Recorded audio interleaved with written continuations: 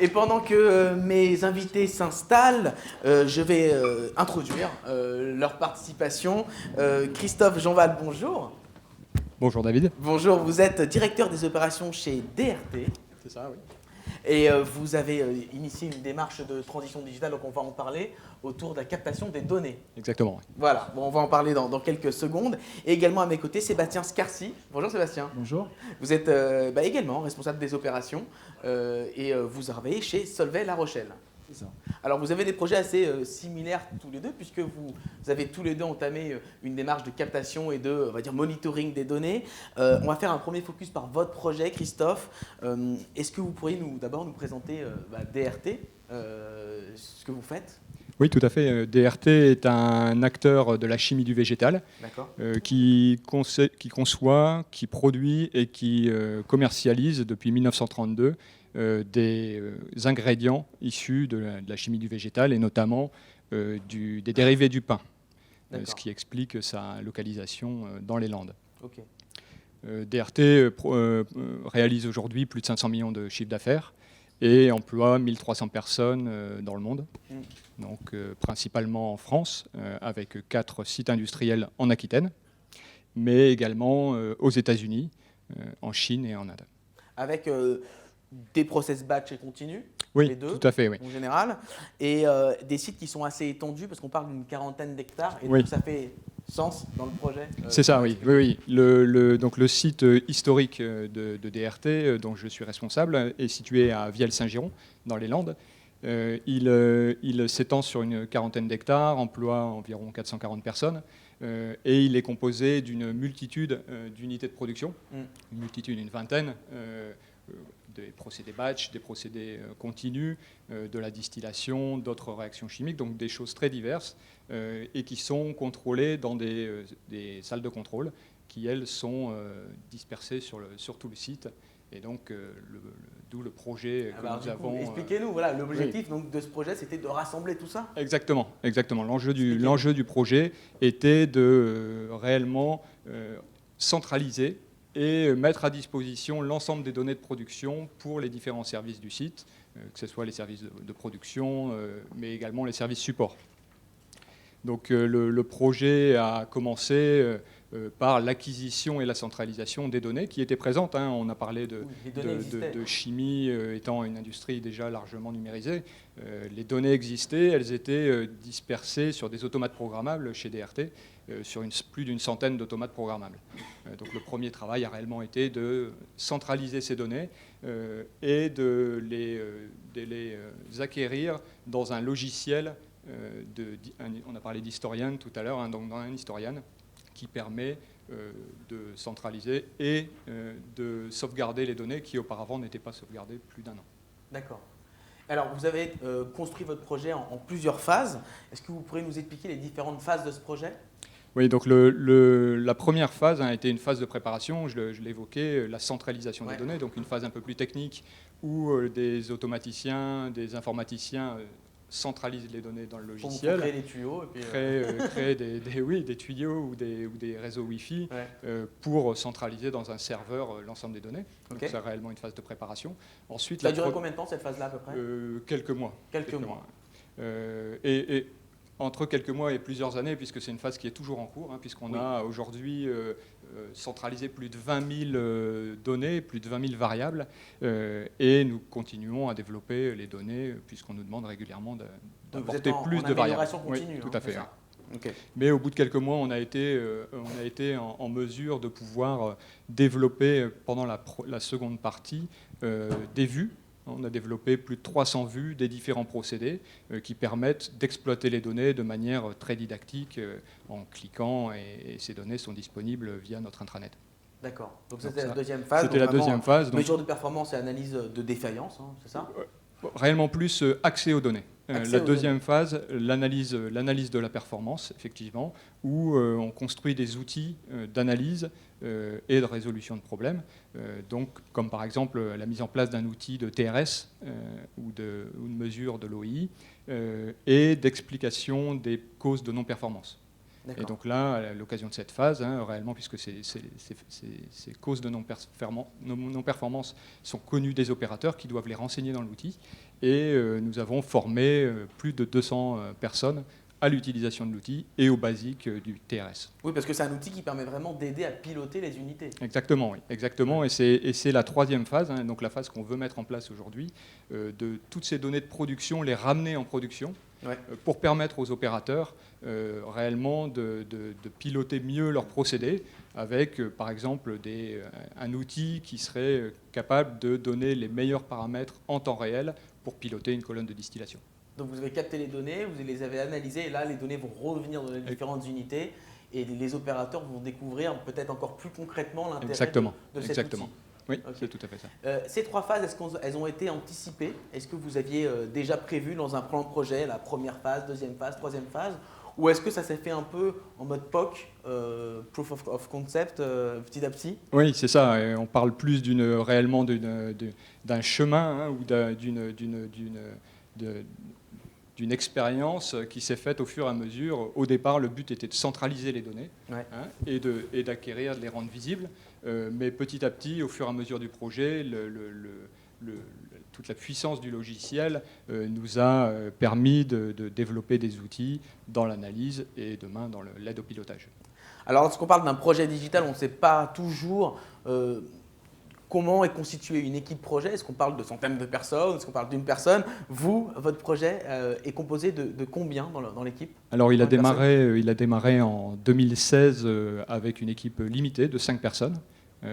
Qui ont été formés à l'utilisation du logiciel et qui ont... Alors l'équipe était composée de quelques techniciens pour la partie acquisition des données, des informaticiens, un automaticien, mais également des ingénieurs procédés et des alternants. On s'est appuyé pour le développement de toutes ces vues sur des alternants qui ont rejoint l'entreprise en amélioration continue en performance industrielle. D'accord. Donc les 5 personnes étaient à temps plein ou Les 5, non, pas non. Pour les informaticiens, pour les automaticiens, c'était dans le cadre de leur travail. D'accord. Ils exprimaient leurs besoins dans le cadre d'atelier. Et il y avait combien d'ingénieurs? Deux personnes à temps plein sur la partie réellement amélioration continue.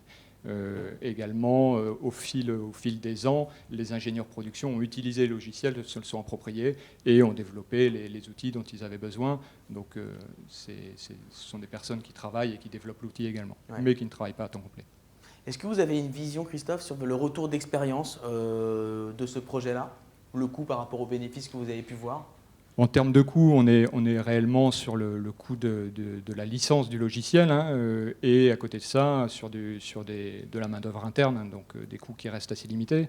En ce qui concerne les gains, j'ai parlé tout à l'heure de transformation et c'est vraiment ce qui s'est passé, une transformation des manières de travailler avec des projets qui ont été menés, des projets d'amélioration continue qui s'appuient sur ces données qui sont disponibles aujourd'hui.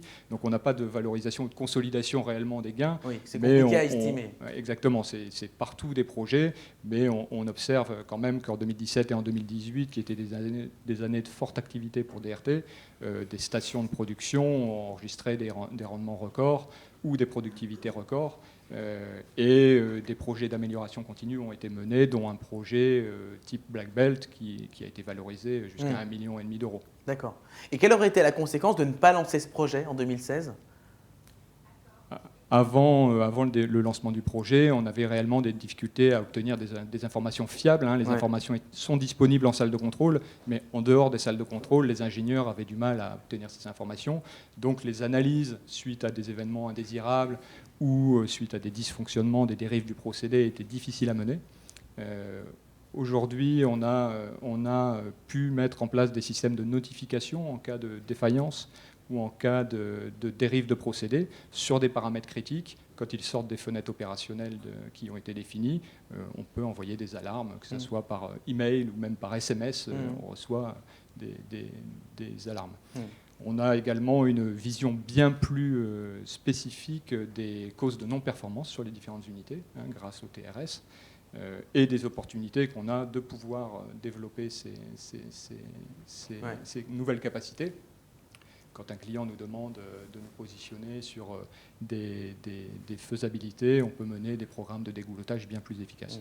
Puis même dans l'échange avec les différentes équipes, j'ai compris qu'avec les commerciaux, il y avait un échange qui est beaucoup plus précis sur les capacités de production pour les mettre en face des besoins, quoi. Exactement, les capacités existantes ou même les capacités futures en suivant des programmes de dégoulottage, puisqu'on sait aujourd'hui estimer quelles sont les pertes et quelle est la capacité théorique des unités. Dans les difficultés rencontrées sur le projet, en préparant l'émission, vous m'avez dit que c'est vrai que c'est un peu compliqué d'avoir une stabilité dans l'équipe projet. Comment vous avez réussi à réussir néanmoins à faire en sorte que le projet sorte dans les temps Oui, alors c'est une difficulté qui est liée un peu au choix qu'on a fait de développer en interne, intégralement en interne ce projet basé sur le logiciel, et de s'appuyer sur des alternants. Donc tous les ans, les alternants changent. Et chacun apporte bien sûr sa richesse, toute sa créativité. Par contre, au bout d'un moment, on se retrouve avec un problème d'homogénéité de la solution qui est développée. Et on a créé une fonction d'ingénieur amélioration continue à qui on a donné la charge de garder une homogénéité et de coordonner les initiatives autour de cet outil. Et votre projet, du coup, a nécessité de faire énormément d'interfaces entre différents outils, différentes solutions. On a l'impression souvent, comme ça, de l'extérieur, que tous les outils peuvent s'interfacer rapidement, sans problème. Mais au moins, vous dites qu'il ne faut pas sous-estimer le projet d'interfaçage parce que c'est quand même un projet important. Il faut le prendre dans sa juste mesure. Et le projet alors, a commencé en 2016. Il a connu une petite année de mise en pause puisque DRT a migré de RP vers SAP, ce qui nous a pris un certain temps.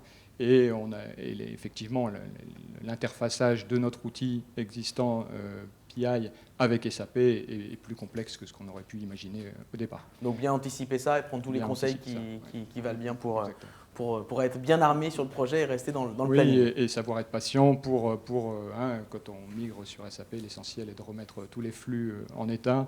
Il faut pouvoir attendre pour améliorer l'outil. Il faut stabiliser avant d'améliorer. Merci beaucoup, Christophe. J'en viens à vous, Sébastien Carcy. Merci d'être à mes côtés. On va parler de ce que fait votre site Solvay-La Rochelle. On parle de terres rares. Oui, donc on développe en fait des matériaux à base de terres rares. Principalement, les applications, c'est pour tout ce qui est industrie pour la dépollution automobile et puis pour le polissage électronique.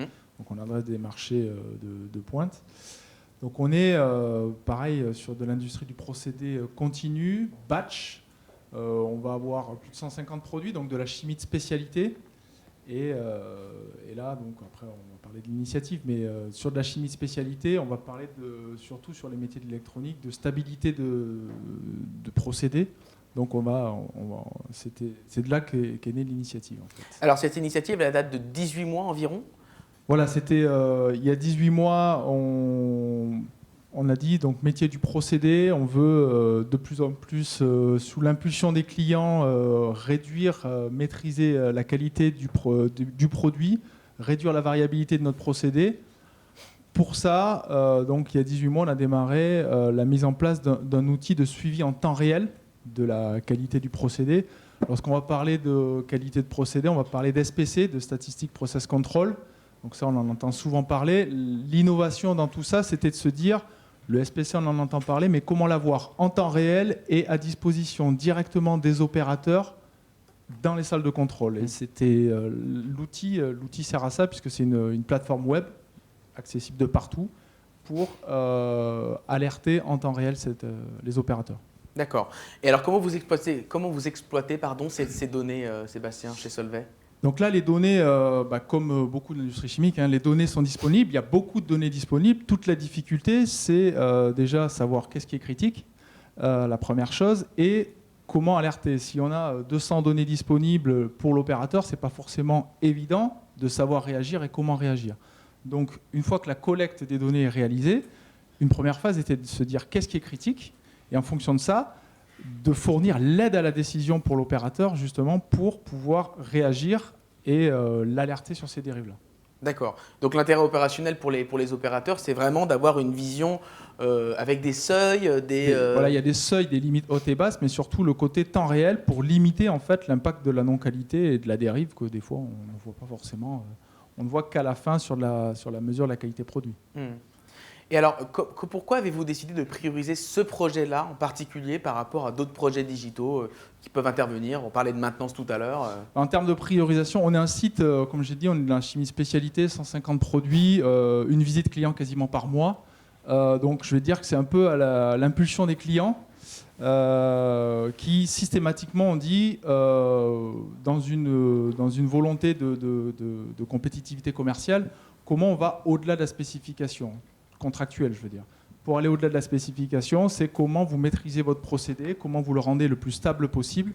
Donc ce projet-là, la partie SPC et temps réel, est né naturellement aussi poussé par les clients. Ah, c'est intéressant, du coup c'est encore un autre angle. C'est les clients qui poussent pour avoir plus de transparence, mais du coup est-ce que ça veut dire qu'on va aller vers de plus en plus de transparence de nos données, de procédés vers les clients? Clairement, les industries, principalement, si on prend l'électronique et l'automobile, sont très demandeurs de stabilité et d'aller, ce que je disais, au-delà de la spécification et d'une maîtrise de la qualité produit et du procédé. Donc, ils nous demandent de mettre à disposition cette donnée, ou tout du moins de l'avoir disponible le plus rapidement possible dans le cas d'une dérive chez eux. Donc c'est un enjeu de compétitivité parce qu'un enjeu commercial? Clairement un enjeu de compétitivité commerciale, ça c'est sûr, c'est clair. Pour ces clients-là, principalement asiatiques et autres, oui. D'accord, ils ont besoin d'avoir un peu plus de données sur ce que vous faites. Vous avez pris une solution du marché, Sébastien? Donc la solution, ce qu'on disait, c'est qu'on avait un MES, on va dire, au sein de Solvay, on a un serveur qui met la donnée disponible. Ensuite, ce qui a consisté, c'est comment on analyse la donnée et comment on développe une interface homme-machine, une interface web, pour pouvoir faire en sorte que cette donnée soit exploitable. Donc, l'infrastructure était en place. Par contre, le développement de l'interface homme-machine, on l'a co-construit avec les opérateurs, avec les équipes procédés et avec une start-up canadienne. Donc on a fait une première ligne sous 6 mois. Et le développement via start-up et par amélioration continue, je dirais, ça a pris 6 mois et ça a coûté de l'ordre de 20 000 euros. D'accord, 20 000 euros d'investissement en plus de l'acquisition de la licence qui était fournie par votre groupe Solvay. Voilà. D'accord, très bien. Donc tous les deux, vous avez mené à peu près un projet qui se ressemble quand même beaucoup. Est-ce que vous avez trouvé des bonnes pratiques pour convaincre les collaborateurs de ce projet, des bienfaits de ce projet, de l'intérêt pour eux? Parce que dès le départ, ils ont l'impression qu'on va juste sortir les données de leur unité pour les centraliser. Et donc ça peut engendrer des freins, Christophe. Oui, c'est sûr. La première réaction, toutes les données sont sur la table. Tout le monde peut y accéder en temps réel sur les smartphones. Donc la première réaction est réellement, on se sent contrôlé, voire espionné. Mais rapidement, que ce soit les opérateurs ou les managers de terrain, voient les bénéfices qu'ils peuvent obtenir de ces solutions-là. Ils voient les améliorations qu'on arrive à mettre en place grâce à ces données-là, et même, dans une phase plus avancée, l'aide que ça peut leur apporter sur leur vie de tous les jours. Donc, bien sûr, il faut de la communication dans les équipes. On a fait beaucoup de formations sur l'outil, mais l'outil a été rapidement quand même adopté.